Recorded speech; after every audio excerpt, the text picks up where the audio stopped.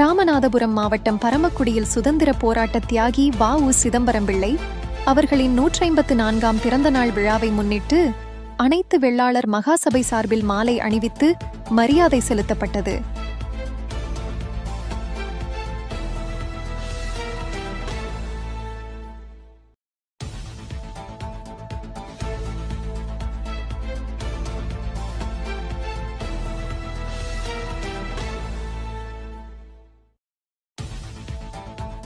அதனைத் தொடர்ந்து அதிமுக சார்பில் மாவட்ட செயலாளர் திரு முனியசாமி அவர்கள் தலைமையில் வ.உ.சி. சிலைக்கு மாலை அணிவித்து மரியாதை செலுத்தப்பட்டது.